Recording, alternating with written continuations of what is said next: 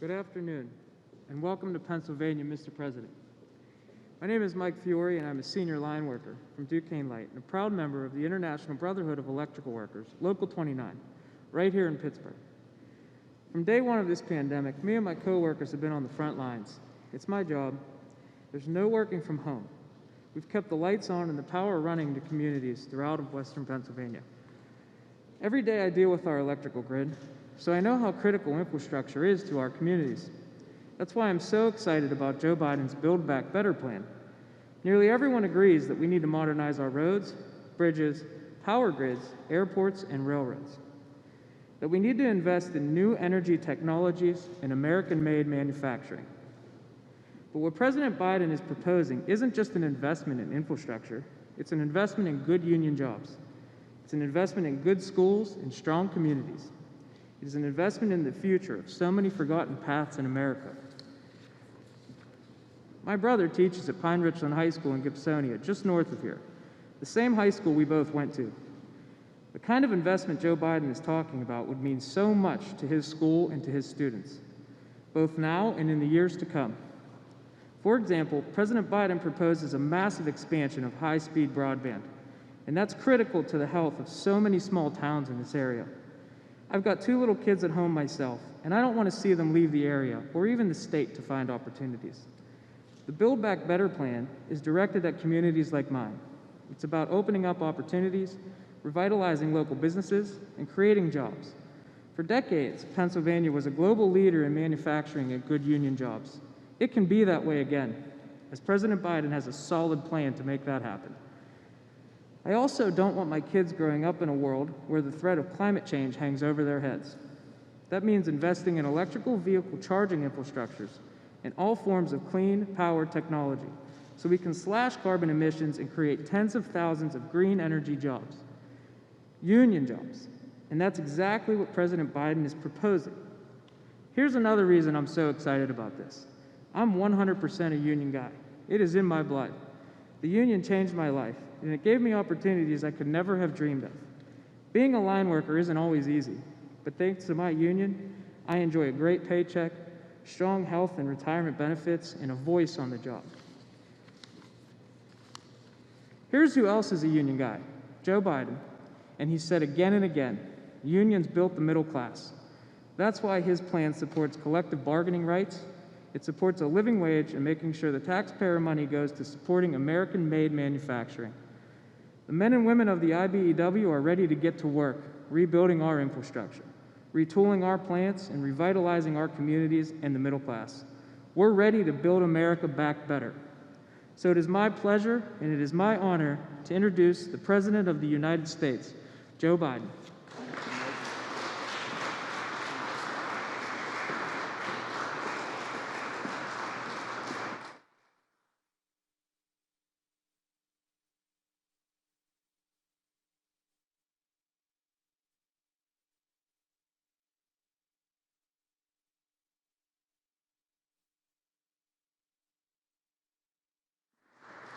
Thank you. Gov, Mike asked me, and say to Bobby, my good friend, he asked me back there, he said, "Do you ever get nervous?" And he said, because I got up this morning, made breakfast for my kids, so I got to introduce the president. And what I say to you, Mike, you did a heck of a job, but I'd get nervous if I had to get up in the middle of the night, climb up a telephone pole, replace in the middle of a storm a connection that knocked out everybody's electricity, put a transformer in. That's what would make me nervous. So what you did was really good. I couldn't do what you do, pal. I couldn't do what you do. And I want to, and it's true, Mike, you're a union guy. Me too. I got in trouble, but I don't make any apologies for it. I'm a union guy. I support unions. Unions built the middle class. It's about time they start to get a piece of the action. To all my colleagues, from the county executive to the mayor, to everyone that's here, I want to say thank you. Thank you, Congressman, for the passport in your district, and I appreciate being here. I'm honored to be with you. 2 years ago, I began my campaign here in Pittsburgh, saying I was running to rebuild the backbone of America. And today, I return as your president to lay out the vision of how I believe we do that, rebuild the backbone of America. It's a vision not seen through the eyes of Wall Street or Washington, but through the eyes of hardworking people, like the people I grew up with. People like Mike and his union family, union workers in this Carpenters Training Center. People like the folks I grew up with in Scranton and Claymont, Delaware. People who get up every day, work hard, raise their family, pay their taxes, serve their country, and volunteer for their communities, and just looking for a little bit of breathing room, just a little bit of light. Ordinary Americans doing extraordinary things. People who break their necks every day for their families and the country they love. A country that, in fact, which on the day I was elected was in extreme distress, with the virus on a deadly rampage that has now killed over 500, I carry it in my pocket every day. I have the list of exactly how many have died. 547,296 Americans dead from the virus. More than all the people killed in World War I, World War II, the Vietnam War, 9/11. 547,296 Americans. And an economy that left millions out of work and created so much anxiety. That's why I moved so quickly to pass the American Rescue Plan with the help of my friends here in the Congress. I really mean that. It didn't pass by a whole lot, but with the leadership of Connor and Bobby and the Mayor, you got it done. Because it was an emergency. We needed to act to save jobs, to save businesses, to save lives. And that's what we did. We're beginning to see the results. We're on our way to having given 200 million vaccination shots in the first 100 days of my presidency. When I said I'd get 100 million done, people thought it was a significant exaggeration. We're going to get 200 million done, twice the original goal, because of all the help of all of you. Leading economists are now predicting our economy will grow 6% this year. That's a rate we haven't seen in years and years. We can cut child poverty in half this year. With the American Rescue Plan, we're meeting immediate emergencies. Now it's time to rebuild. Even before the crisis we're now facing, those at the very top in America were doing very well, which is fine. They were doing great. But everyone else was falling behind. The pandemic only made the division so much worse and more obvious. Millions of Americans lost their jobs last year, while the wealthiest 1% of Americans saw their net worth increase by $4 trillion. Just goes to show you how distorted and unfair our economy has become. It wasn't always this way. Well, it's time to change that.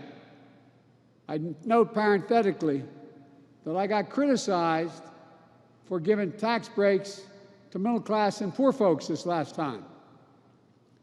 I didn't hear that cry, you and cry, when we were doing the same thing. When Trump's tax bill passed, 83% of the money went to the top 1%. You know, this is not to target those who've made it, not to seek retribution. This is about opening opportunities for everybody else. And here's the truth. We all will do better when we all do well. It's time to build our economy from the bottom up and from the middle out, not the top down. That hadn't worked very well. For the economy overall, it hadn't worked. Because Wall Street didn't build this country. You, great middle class, built this country. And unions built the middle class. And it's time, and this time, when we rebuild the middle class, we're going to bring everybody along. Regardless of your background, your color, your religion, no matter, everybody gets to come along. So today, I'm proposing a plan for the nation that rewards work, not just rewards wealth. It builds a fair economy that gives everybody a chance to succeed. And it's going to create the strongest, most resilient, innovative economy in the world. It's not a plan that tinkers around the edges. It's a once-in-a-generation investment in America, unlike anything we've seen or done since we built the interstate highway system and the space race decades ago. In fact, it's the largest American jobs investment since World War II. It will create millions of jobs, good-paying jobs. It will grow the economy, make us more competitive around the world, promote our national security interests, and put us in a position to win the global competition with China in the upcoming years. It's big, yes. It's bold, yes. And we can get it done. It has two parts: the American Jobs Plan and the American Families Plan. Both are essential to our economic future.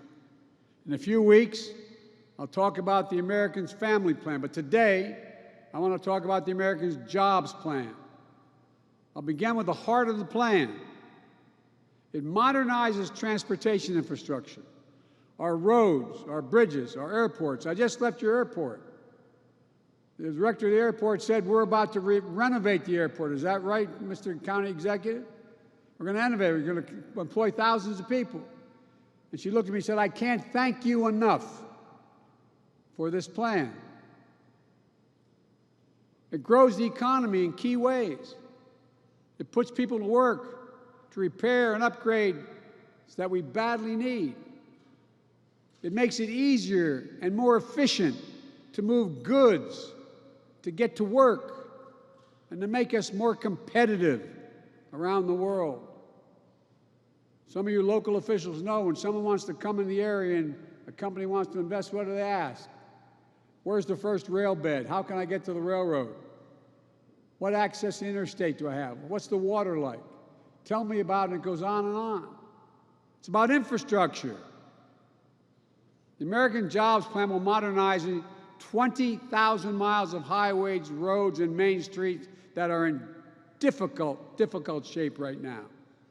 It'll fix the nation's 10 most economically significant bridges in America that require replacement. Remember that bridge that went down? We got 10 most economically significant bridges with more commerce going across it that need to be replaced. We'll also repair 10,000 bridges, desperately needed upgrades to unclog traffic, keep people safe, and connect our cities, towns, and tribes across the country.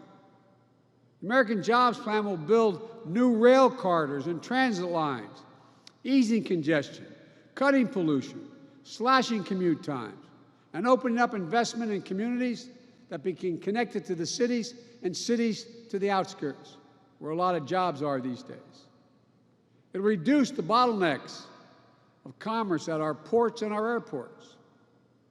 The American Jobs Plan will lead to a transformational progress in our effort to tackle climate change with American jobs and American ingenuity, protect our community from billions of dollars of damage from historic superstorms, floods, wildfires, droughts, year after year, by making our infrastructure more secure and resilient and seizing incredible opportunities for American workers and American farmers in a clean energy future.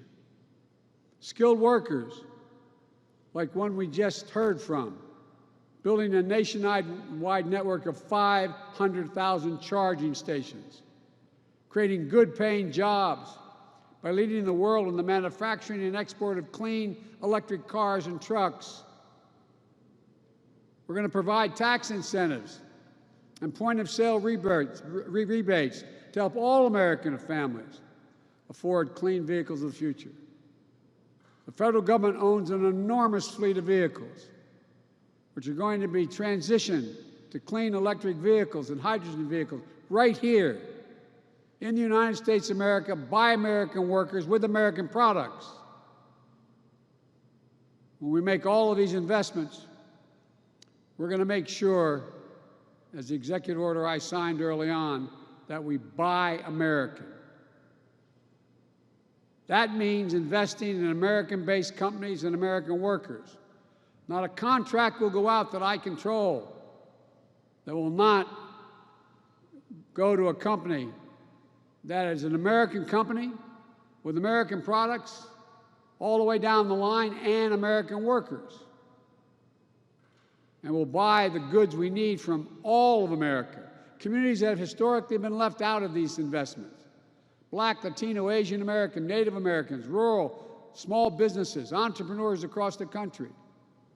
Look, today, up to 10 million homes in America and more than 400,000 schools and child care centers have pipes where they get their water from, pipes that are lead-based pipes, including pipes for drinking water. According to scientists, there is simply no safe exposure to lead for a child. Lead can slow development, cause learning behaviors, and hearing problems. The American Jobs Plan will put plumbers and pipe fitters to work, replacing 100% of the nation's lead pipes and service lines. So every American, every child can turn on a faucet of a fountain and drink clean water. With each $5,000 investment, replacing a line that can mean up to $22,000 in health care costs saved. A chance to protect our children, help them learn and thrive. We can't delay. We can't delay another minute. It's long past due. You know, in America, where the early interest was in internet, this thing called the internet that we invested. We invented the early internet. It was invented here. Millions of Americans, though, lack access to reliable high-speed internet, including more than 35% of rural America. It's a disparity even more pronounced during this pandemic. American Jobs will make sure every single American has access to high-quality, affordable, high-speed internet for businesses, for schools. And when I say affordable, I mean it.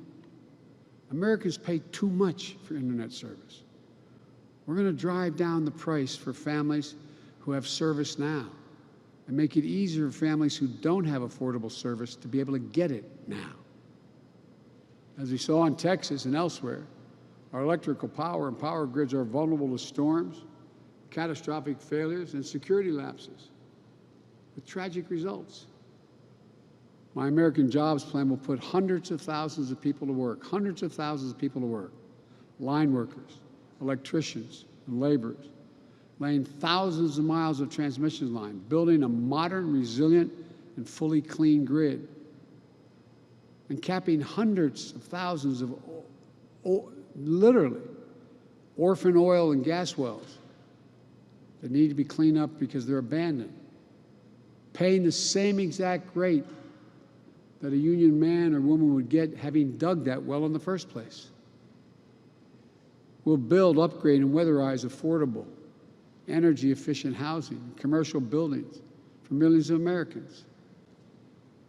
Even before the pandemic, millions of working families faced enormous financial and personal strain trying to raise their kids and care for their parents at the same time, the so-called sandwich generation, or family members with disability. You got a child at home, you can't stay home from work to take care of that child unless you lose, the child's at risk, or you lose your job, or you have an elderly parent you're taking care of. And seniors and people with disabilities living independently feel that strain as well, but we know if they can remain independently living, they live longer. American Jobs Plan is going to help in big ways. It's going to extend access to quality, affordable home community-based care. Think of expanded vital services like programs for seniors. Or think of home care workers going into homes of seniors and people with disabilities, cooking meals, helping them get around their homes, and helping them be able to live more independently. For too long, caregivers who are disproportionately women and women of color and immigrants have been unseen, underpaid, and undervalued.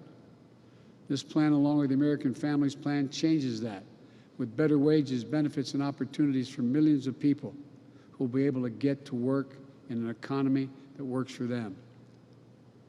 You know, decades ago, the United States government used to spend 2% of its GDP, its gross domestic product, on research and development. Today, we spend less than 1%. I think it's 0.7%. Here's why that matters. We're one of only a few major economies in the world whose public investment in research and development as a share of GDP has declined constantly over the last 25 years. And we've fallen back. The rest of the world is closing in and closing in fast. We can't allow this to continue. American Jobs Plan is the biggest increase in our federal non-defense research and development spending on record. It's going to boost America's innovative edge in markets where global leadership is up for grabs. Markets like battery technology, biotechnology, computer chips, clean energy, the competition with China in particular. Critics say we shouldn't spend this money. They ask, what do we get out of it? Well, they said the same thing when we first flew into space for the first time. They said the same thing. Well, pushing the frontiers led to big benefits back home. When NASA created Apollo's digital flight control system, unheard of at the time, it led to technologies that help us today to drive our cars and fly our planes. When NASA invented ways to keep food safe for the astronauts, it led to programs that have been used for decades to keep food safe in supermarkets. At least 2,000 products and services have been developed and commercialized as a result of American space exploration. GPS has helped us find each other.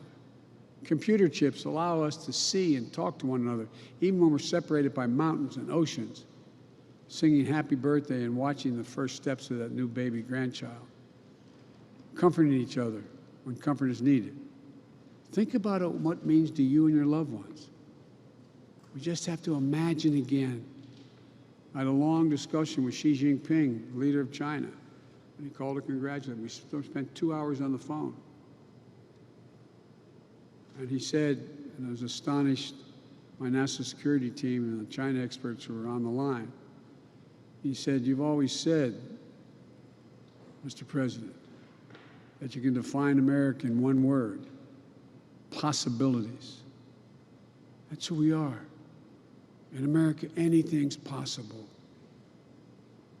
Like what we did with vaccines a decade ago that laid the foundation for COVID-19 vaccines we have today.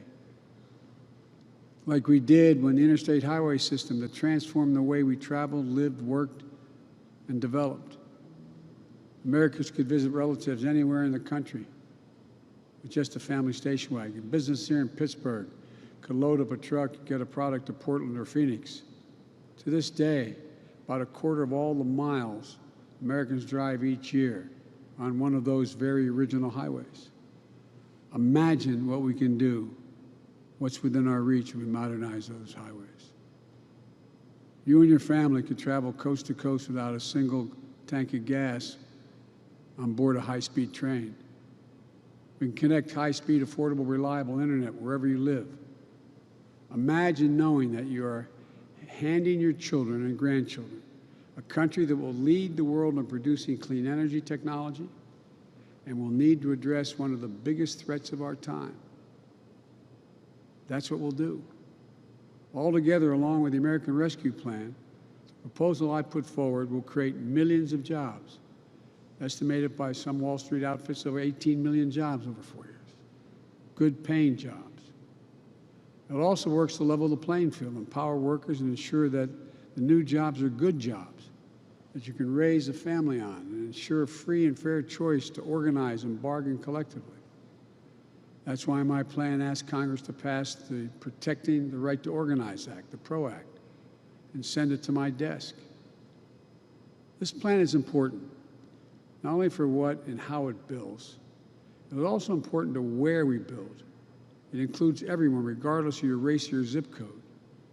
Too often, economic growth and recovery is concentrated on the coast. Too often, investments have failed to meet the needs of marginalized communities left behind.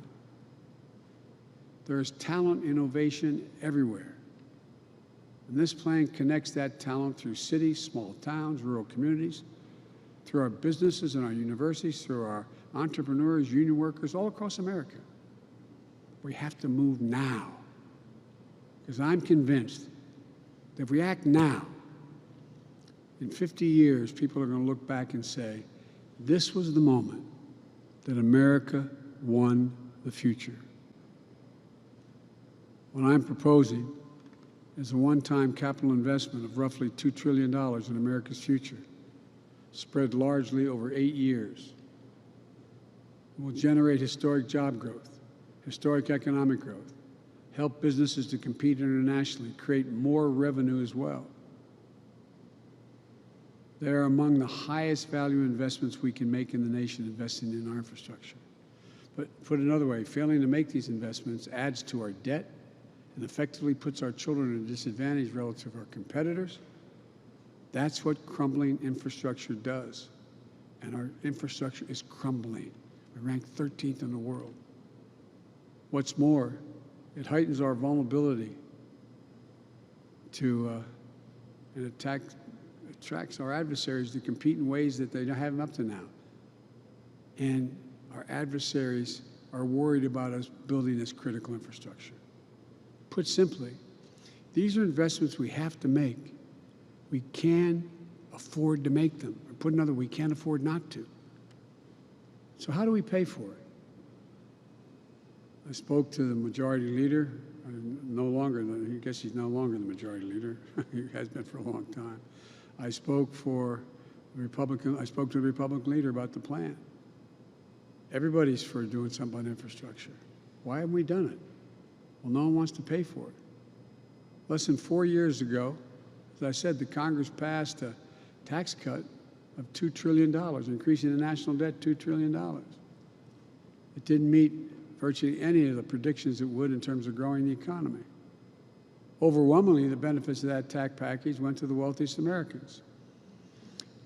It even included new investments that would profit by shifting profits and jobs overseas if you're a corporation.